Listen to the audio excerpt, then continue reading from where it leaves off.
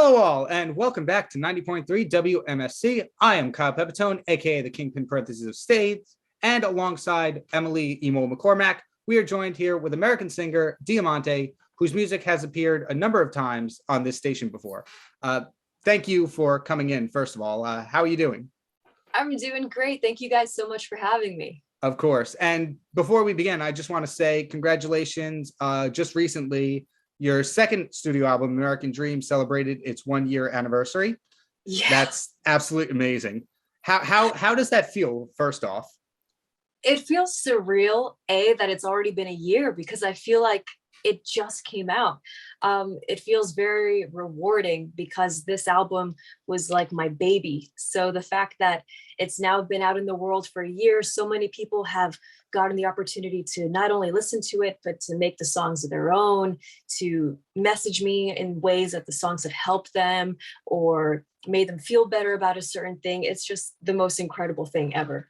Right. And it's funny you should say making the songs your own, because in contrast to your first album, Coming in Hot, there's a very different set of themes within this album, where Coming in Hot was more focused more on songs from a position of strength and power. American Dream looks more at mistrust, betrayal, accountability. And so what inspired you to take this more introspective approach while writing the second album?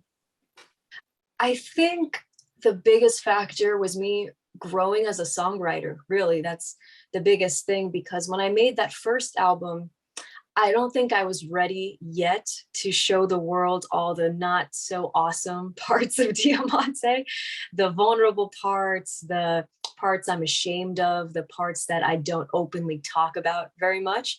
And on this album, I sort of just stripped away all those barriers, because I realized that the songs where you do go there and you do sort of address the things that you don't necessarily want to say, those are the things that people relate to the most. That's the kind of music that helps people the most. And I know that just being a music listener myself. So I really had to push myself on this album. And I'm so glad that I did, because then all these songs came out of me that I didn't know existed, like Unlovable or Ghost Myself. Right. And with this more personal style of songs that you put out in this album, did it affect your writing process in any way, or did you change your writing process in order to write these different types of songs in comparison to your first album? I would say that writing these songs was actually easier in a way. It was a little more fluid because I wasn't holding back as much. And when I would go into a writing session, it was really almost word vomit. It was all these things that I was feeling, and I would say them in a very direct conversational way. And that's how they would translate later then onto the song. There was no hidden metaphor, no sort of veil to hide behind. So it was very direct. And in American Dream, I think the lyrics are very conversational because that's how the songwriting sessions were. American Dream was your first album after breaking ties with your label, Better Noise Music. What are some of the differences between working on your album with the label versus working on one independently? Because one of the things that you've mentioned in the past is while working on this album, you wanted to make it sound as much you as possible. Yeah, I would say they're vastly different in a lot of ways. There's a lot of pros to being with a label. There's a lot of cons to being with a label. There's a lot of pros to being independent, and there's a lot of cons. So that first album, I didn't have a lot to say on many of the aspects going into that album. I didn't get to choose the cover on that album. I didn't get to choose the songs that made the album, the songs that didn't make the album, the name of the album cover, like the list goes on. A lot of it was not my choice, but I got this incredible push that kind of catapulted me to where I am today, that made it so that I could put out an album independently and have it well received by people, heard by a lot of people. American Dream, because it was really just me and my producers, I had all the creative say in the world, which was like a brave new world for me. I couldn't believe that I got to decide the track list, the songs, like the album title, the cover, everything I didn't get to decide before. I got to decide this time. But with that said, I had all this extra pressure on me because if the album doesn't do well, then it's really just my fault and nobody else's. There's nobody else to blame. This is my vision. So there was a lot more at stake, I think. And after releasing an album independently, is there any advice you would give somebody working on an album who is also probably working with a skeleton crew kind of thing, where it's probably just like them and their friends?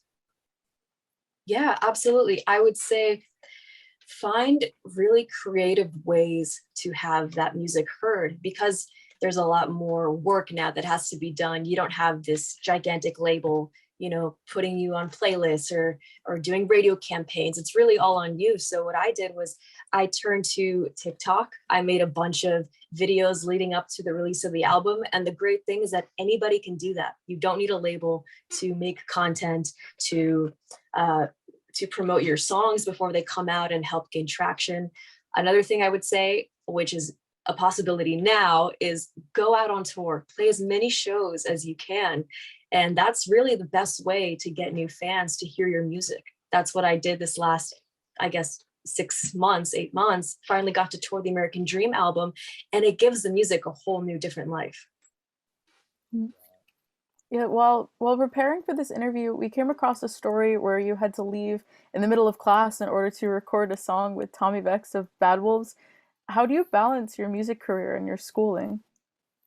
It was really difficult back then, and I had to do crazy stuff like that. I would have to get up out of class and leave and go to the studio an hour and a half away and explain to my teachers later on, like, I really had to do that. I'm so sorry. Ever since high school, it was always a juggling act. And then actually the last 2 years or so, when the pandemic hit and there was no touring, there was really nothing musically going on in my life except making the album, I had the opportunity to stay home and to really focus on school full time. And because of that, I was able to finally finish college, get my degree. And I don't think that would have happened if I hadn't been home the last 2 years. So I kind of see it as not a blessing, but I try to make the best of every situation. So I said to myself, if I don't get to go out on tour, I'm at least going to do something else to fill up my time, to something that I wasn't able to do before because of touring. So in normal life, it's a juggle, but I got lucky because the last 2 years I was able to just do it and not stop until I was done. How did your professor react to you leaving class? She was actually really cool. She understood. It always depends. I kind of, depending on the teacher, would let them know, like, yeah, I do music, or I would just keep it completely shushed, because in high school, I didn't have the best experience with fellow classmates or teachers knowing that I did music. It kind of, for some reason, I got bullied a lot by kids who knew that I wanted to become a singer. And then teachers just didn't I was 15, so I don't blame them. They didn't take it like a serious thing. Right. They thought I was kind of just trying not to show up to school, or like I missed this test for another reason. It's not because you're playing a show, But then in college, I think because I'm older, I think the teachers take it a little more serious. And the ones that were cool, I would tell them, yeah, sometimes I toured, I take semesters off, and then I come back and I'm trying to finish this degree. And that teacher in particular, she was really cool. She understood, and she's like, don't worry about it. Just give me a heads up next time. Yeah, got to keep your fingers crossed that you get the cool professors. Yeah, you never know. Yeah. And since that initial collaboration with Bad Wolves, you've since worked with other bands such as Breaking Benjamin on your cover of Iris by the Google Dolls, and not to mention you released another version of American Dream, the song, with the band Lit that we played a couple of weeks ago on the Heavy as the Crown. Moving forward, what other artist is on your dream repertoire to work with, and what other songs would you like to cover? Oh my gosh, there's so many artists I would love to work with in my genre and also outside of my genre. In my genre, I'd love to do a song with Lizzie Hale from Hailstorm. I think she's incredible. I would love to do a song with Lady Gaga. I would love to do a song with Lana Del Rey. There's all these female artists actually that I really look up to, that I would love to one day collaborate with. It just so happens that up until this point, it's always been male artists, but I would love to do some type of collaboration with a female artist down the road. Songs that I'd like to cover. I really love the 80s. All 80s music is my favorite thing. So anything by Pat Benatar or Blondie or even Joan Jett or Stevie Nicks, I think would be so cool. Cool. You've mentioned that you grew up listening to the Pretty Reckless and have also just finished touring with them. What was it like not only meeting a band you've grown up listening to, but also working with them? It was so crazy. I would, when I was 15 and I was in high school and I was, not having the best time, I'd come home and I'd put on bands like the Pretty Reckless specifically, and Shinedown and Breaking Ben and Hailstorm, and I'd sing along to all their music to make me feel better. And that was exactly 10 years ago. So when I got the offer for this tour, I had this crazy full circle moment. Doing the actual tour, the Pretty Reckless, they were super nice. They sent a bottle of champagne to my dressing room. They were like, wow, very, very cool to tour with. And I couldn't believe it. And every night on stage, I would say, I can't believe we're playing shows again. I can't believe I get to stand on this arena stage. And I can't believe that I'm opening up for two bands that I grew up listening to. It was absolutely insane. And I don't think I ever got used to it. Is it hard to that initial meeting with them, trying not to freak out because you've grown up listening to them? Yeah. I mean, it's better now because I've met a lot of bands at this point, and I'm like, okay, we're all people. We all just make music, and that's what we do.